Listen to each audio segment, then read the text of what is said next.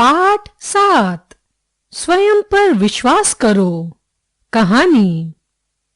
धान के खेत में एक मादा चिड़िया अपने 2 नन्हे बच्चों के साथ रह रही थी। सवेरे सवेरे उसे भोजन की तलाश में दूर दूर तक जाना पड़ता था। जाने से पहले वह अपने बच्चों को समझाकर जाती, कहीं बाहर मत जाना, घोंसले में ही रहना। कोई यहाँ आए तो उनकी बातें बड़े ध्यान से सुनना, क्योंकि फसल कटने का समय आ चुका है। अतः हमें जल्दी से यह स्थान छोड़ना होगा। एक दिन मादा चिड़िया के जाने के कुछ देर बाद ही किसान व उसका बेटा खेत पर पहुंच गए। फसल को लहलहाते देखकर किसान बोला, फसल की कटाई का समय आ गया है। अब गांव वालों और पड़ोसियों से कटाई के लिए कहना होगा। चिड़िया के बच्चे डर गए। शाम को जब चिड़िया दाना लेकर वापस लौटी तो उसके सहमे हुए बच्चों ने उसे सारी बातें बताई।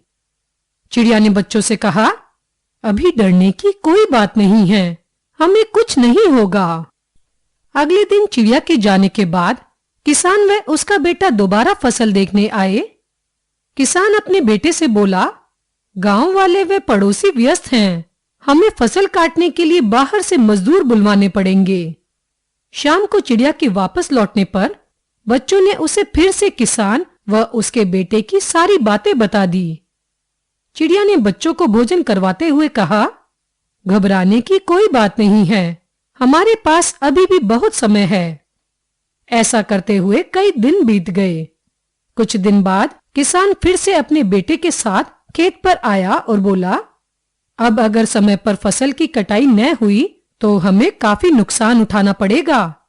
चूंकि कहीं से सहायता नहीं मिली, अब हमें स्वयं ही फसल की कटाई करनी होगी। किसान के बेटे ने हामी भरी और वे वहां से चले गए। मादा चिड़िया जब भोजन लेकर लौटी तो बच्चों ने उसे फिर से वही सारी बातें बताईं। चिड़िया ने कहा, बच्चों, अब हमारा यहाँ रहना खतरे से खाली नहीं है।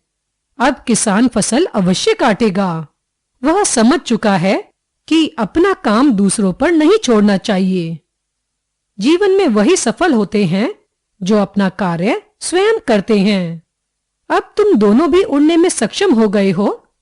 अब हम किसी दूसरे स्थान पर अपना घोंसला बनाएंगे। यह कहकर चिड़िया अपने दोनों बच्चों के साथ अपना नया घोंसला बनाने के लिए उड़ गई।